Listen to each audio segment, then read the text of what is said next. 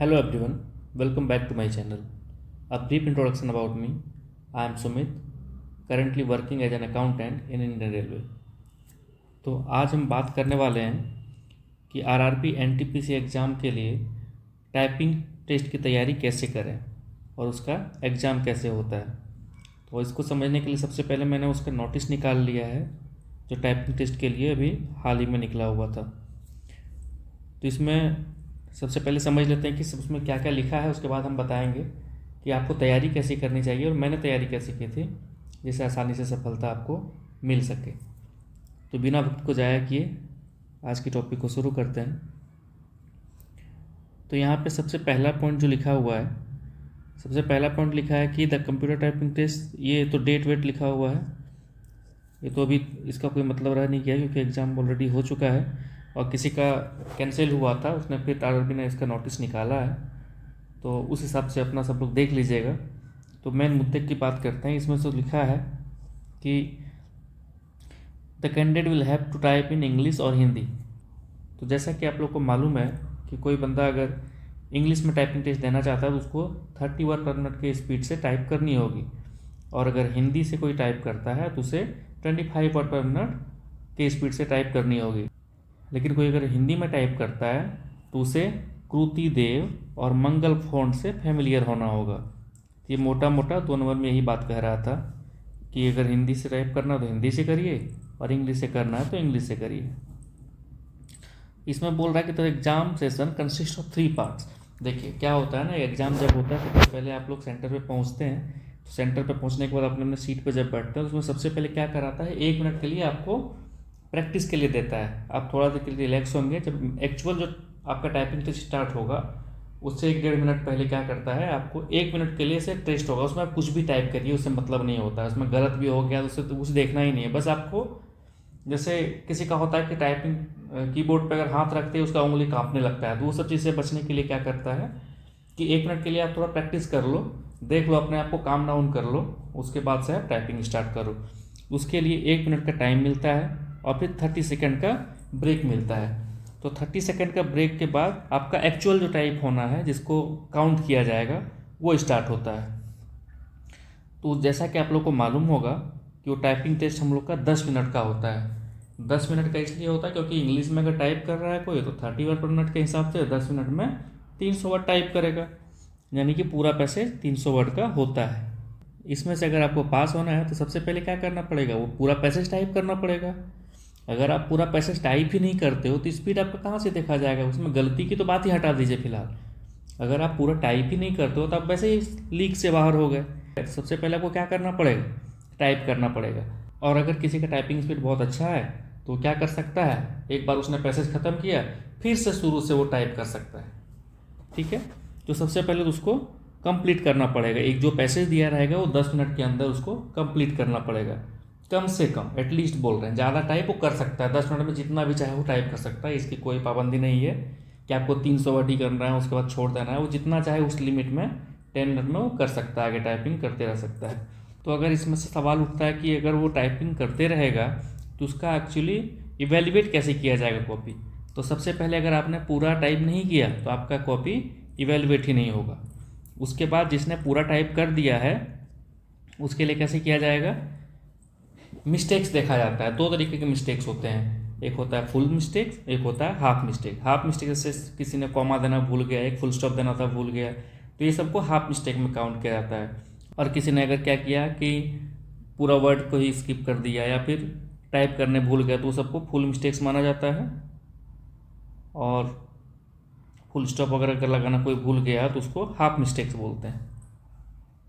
अब क्या करते हैं, 5% जो आपका टोटल वर्ड टाइप करेंगे, जितना भी आप वर्ड टाइप करेंगे, कोई 300 वर्ड टाइप करेगा, 400 वर्ड टाइप करेगा, कोई 500 वर्ड भी मान लीजिए टाइप कर दिया, तो जितना भी वर्ड आप टाइप करेंगे उसका 5% अगर गलती आपने टाइप की है तो उसको इग्नोर कर देगा वो, उसके लिए दिक्कत नहीं है। उससे ज़्यादा अगर आप टाइपिंग में गलती करते हैं तो फिर आपको दिक्कत होगी। इसमें से अभी देखिए, इसमें टोटल गलती जो होती है आपकी, टोटल मिस्टेक्स जो होगा उसको कैसे कैलकुलेट करेगा।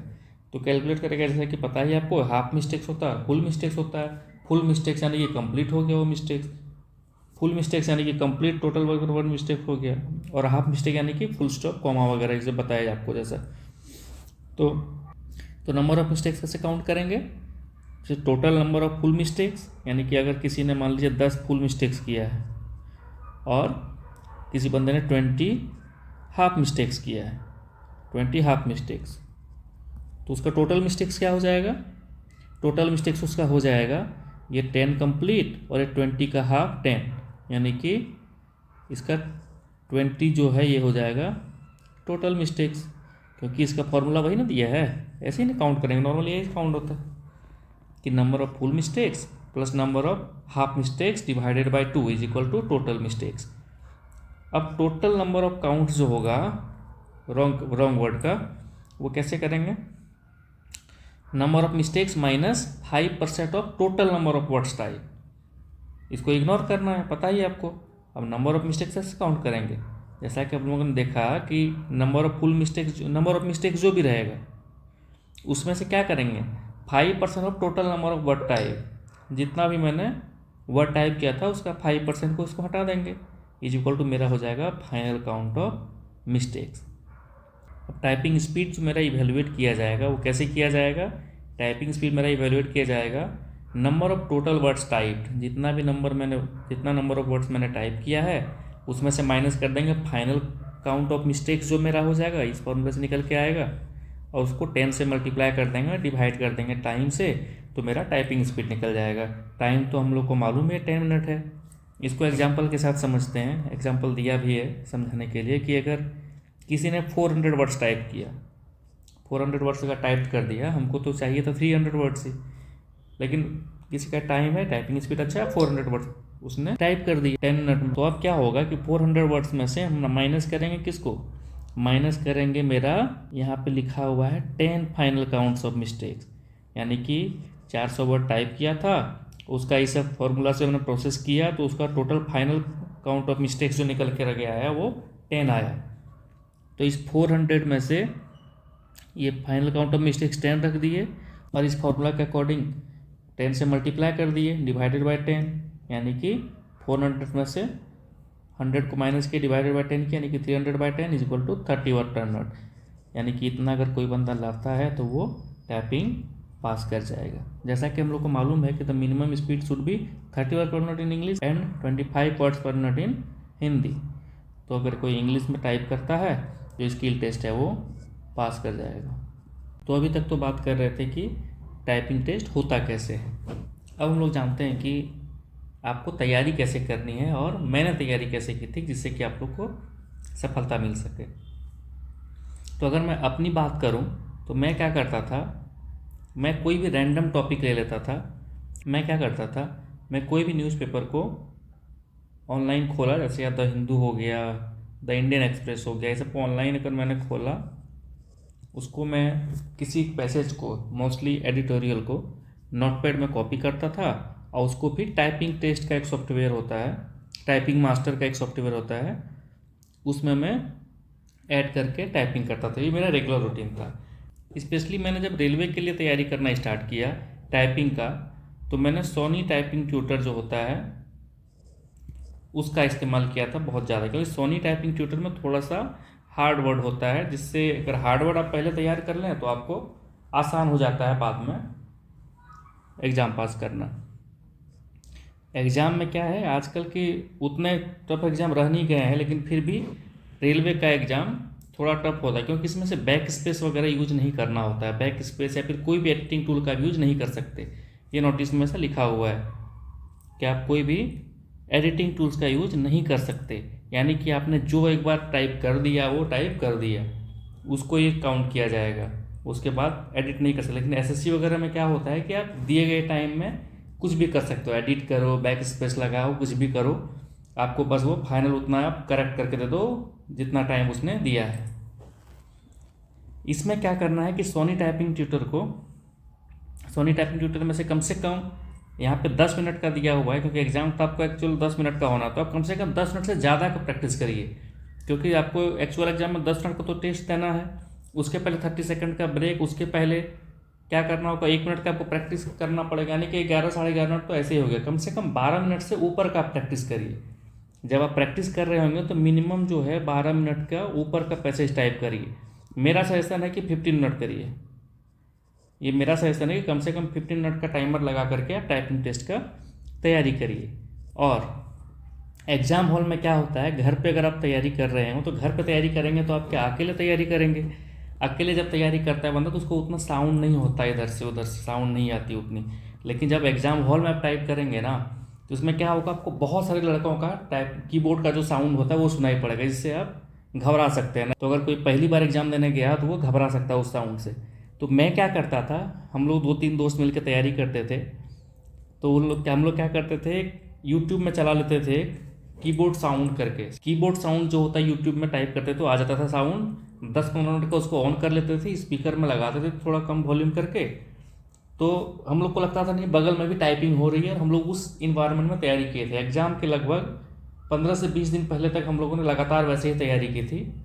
3-4 दोस्त थे, हम लोग आपस में मिलकर तैयारी करते थे। और मेरा ये सजेशन है आप लोगों को, आपका भी अगर कोई फ्रेंड सर्कल है 3-4 लोगों का, कम से कम एक साथ मिलकर तैयारी करिए तो थोड़ा ज़्यादा अच्छा रहेगा। स्पेशली मैं टाइपिंग की बात कर रहा हूँ, एक साथ तैयारी करने में पढ़ाई लिखाई की बात नहीं कर रहा हूँ, मैं टाइपिंग टेस्ट की बात कर रहा हूँ। इसमें से एक साथ अगर तैयारी करेंगे तो बहुत अच्छा रहेगा, आप लोग के लिए अच्छा रिजल्ट आएगा।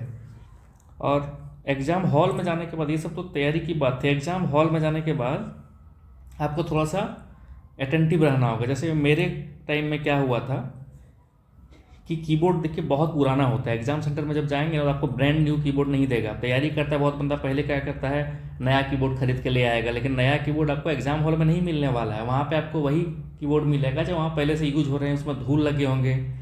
मेरा कीबोर्ड जो मिला था वो HP का मिला था, जो बहुत पहले यूज़ होता था, वो आजकल यूज भी नहीं होता वैसा कीबोर्ड। दूसरी बात क्या होता है कि बहुत धूल लगी होती है उसमें। तो जब आप एग्ज़ाम सेंटर में पहुँच जाएंगे तो थोड़ा साफ़ कर लीजिए, थोड़ा सा उसको कीबोर्ड को साफ़ करिए और सारा बटन एक बार दबा के चेक कर लीजिए कि क्या सच में वो काम तो कर रहा है ना, दब तो रहा है ना। जैसा कि आप लोगों ने सुना भी होगा, अभी ग्रेजुएट लेवल का जो टाइपिंग टेस्ट हो रहा था वो एग्ज़ाम कैंसिल किया बहुत सारे सेंटर्स का, या फिर शायद सारे सेंटर्स का भी कैंसिल कर दिया है, मुझे नहीं मालूम, लेकिन कैंसिल हुआ है। उसमें क्या हुआ था कि जो 10 मिनट का टाइम है उसमें से पूरा पैसेज हमने टाइप ही नहीं कर पाया। उसमें से सॉफ्टवेयर का ग्लिच भी कुछ था, कोई टेक्निकल ग्लिच था, वो पता नहीं है एक्चुअल कारण क्या था, लेकिन उसका कीबोर्ड वगैरह भी ख़राब रहता है एंड ऑल दैट। तो इसको आपको अच्छे से थोड़ा चौकस रहना है और तैयारी करना है। अगर ऐसे आप लोग तैयारी करते रहेंगे, देखिए तैयारी जो करेगा इसमें 2 तरह के लोग होंगे। एक तो अभी जिसका हाल ही में एग्ज़ाम होने वाला होगा, जैसा कि कोई बंदा होगा जिसका भी इंटरमीडिएट लेवल का भी टाइपिंग टेस्ट होने वाला है। एक या फिर वैसे बंदे होंगे जो भी टाइपिंग टेस्ट का तैयारी कर रहा है, बाद में कोई एग्ज़ाम आएगा तो उसमें से देगा। तो जो बाद में एग्ज़ाम देगा तो वो कम से कम आधा घंटा भी तैयारी करेंगे तो हो जाएगा उसका। आधा घंटा के लिए भी तैयारी करेंगे रोज़ के हिसाब से तो उसका टाइपिंग टेस्ट निकल जाएगा, अच्छा टाइपिंग हो जाएगा। लेकिन जिसका भी एग्ज़ाम होने वाला है हाल फिलहाल में, अभी आने वाले दिनों में जिसका एग्ज़ाम होने वाला है, वो कम से कम 2 घंटे का तैयारी करिए रोज़। कम से कम बोल रहा हूँ मैं, क्योंकि टाइपिंग टेस्ट जो होता है ना, इसमें बहुत सारे लड़के फेल करते हैं। इसमें से 60% 70% तक लड़के फेल करते हैं, 26% 30% ऐसे पास होता है एग्ज़ाम में। इसको इतना हल्के में मत लीजिए। स्पेशली रेलवे का टाइपिंग टेस्ट बहुत ही टफ होता है। टफ इसलिए होता है क्योंकि उसमें एडिटिंग टूल का यूज़ हम नहीं कर सकते, इसीलिए टफ होता है। बाकी वर्ड्स टफ नहीं होता है, वर्ड्स उतना ही रहता है और बाकी चीज़ों में इतनी दिक्कत नहीं होगा। लेकिन ये सब एडिटिंग टूल अगर यूज़ नहीं कर पाते हैं ना, तो क्योंकि हम लोग का हाथ क्या एक बार गलत टाइप कर दिया तो पूरा वर्ड गलत ना हो गया, तो यही सब चीज़ें इसको टफ बना देती है। तो मुझे उम्मीद है कि आप लोग को ये वीडियो अच्छा लगा होगा। तो अगर आप लोग को ये वीडियो अच्छा लगा हो तो वीडियो को लाइक ज़रूर करिएगा और मेरे चैनल को सब्सक्राइब ज़रूर करिएगा। Thank you. आपका दिन शुभ हो।